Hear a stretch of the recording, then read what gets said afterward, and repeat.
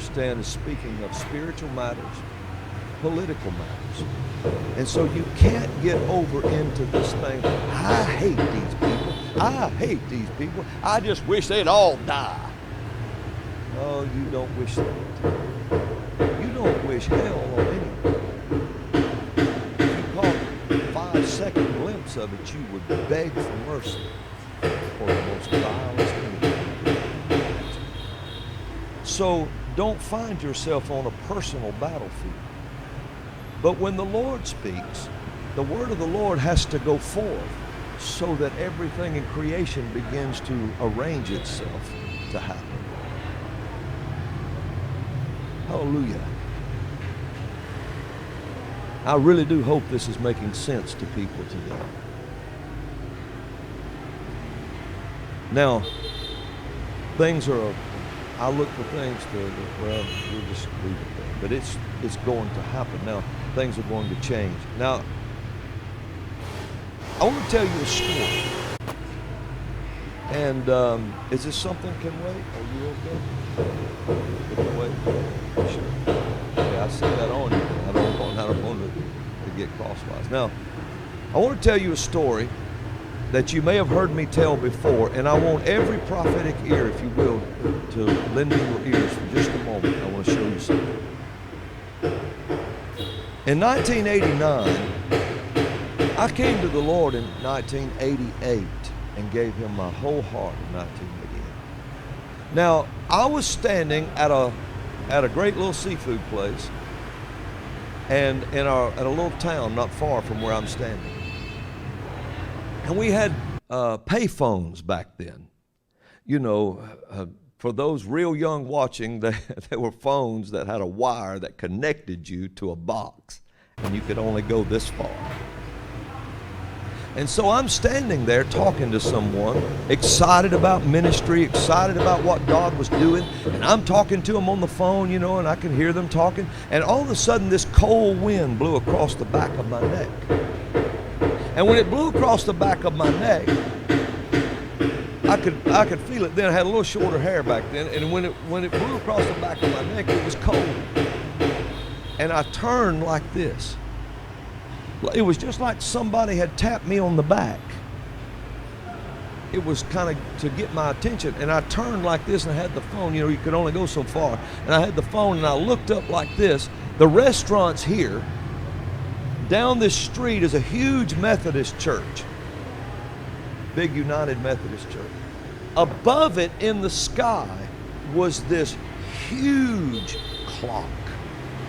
It was a clock. It was so big, it filled the sky down there. It was the dominant thing in the sky. It had a gold face and Roman numerals. And the hands on the clock read 15 minutes till 12 o'clock.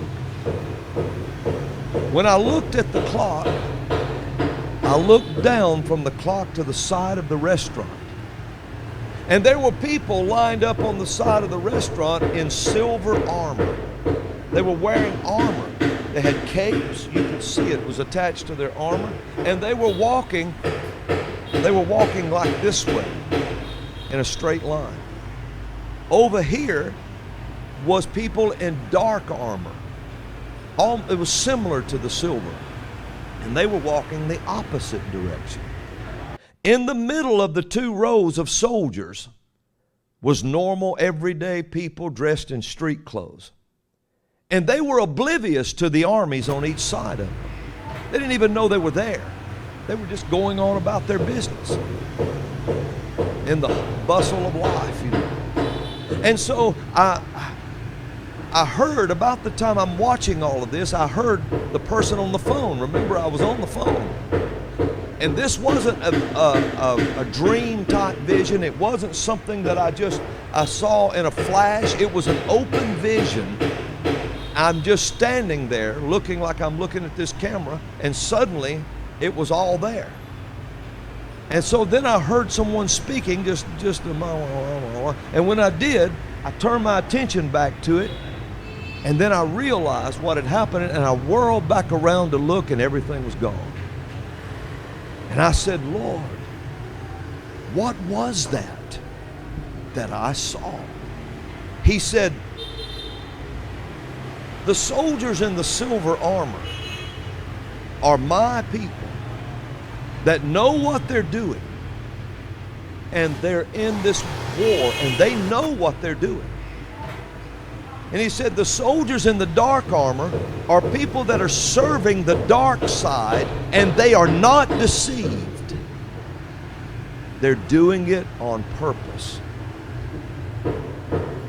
And he said the people in the middle, the everyday people, is everyone else who don't even have a clue there's a war going on. And then he said the clock you saw is all the time there is left. And he said, now I'm going to remind you of this clock from time to time. Now I hope everybody's listening, because this is about to make a big turn in a moment. He said, I'm going to remind you of this clock from time to time. Well, a couple years, I guess, now I'm saying years, and I don't remember exactly how many between all of this. So I'm crossing the street not far from this building, and I'm just walking across the street where a traffic light is, and when I step across the street, that wind blew across the back of my neck. Well, I turned around immediately to look, because I remember that. There was nothing there. And the Lord said to my heart, he said, I'm reminding you of that clock. So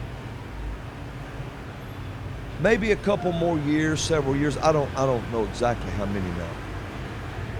There was some young people in our church.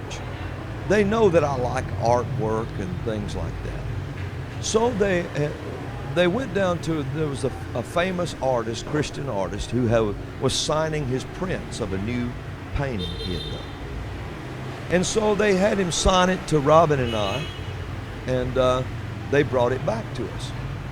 Well, they said, we knew you'd like this, so they handed me the print. We're standing there, and I opened this envelope, and I pulled the print out, and when I did, it was that clock. It was that clock. Roman numerals, gold-faced. The difference was there was an angel in front of it with a trumpet to his mouth. A trumpet. He had a trump pulled up to his mouth. I looked at the time on the clock. 7 minutes till 12 o'clock. The Lord said, that's how much time has passed since you saw that clock the first time.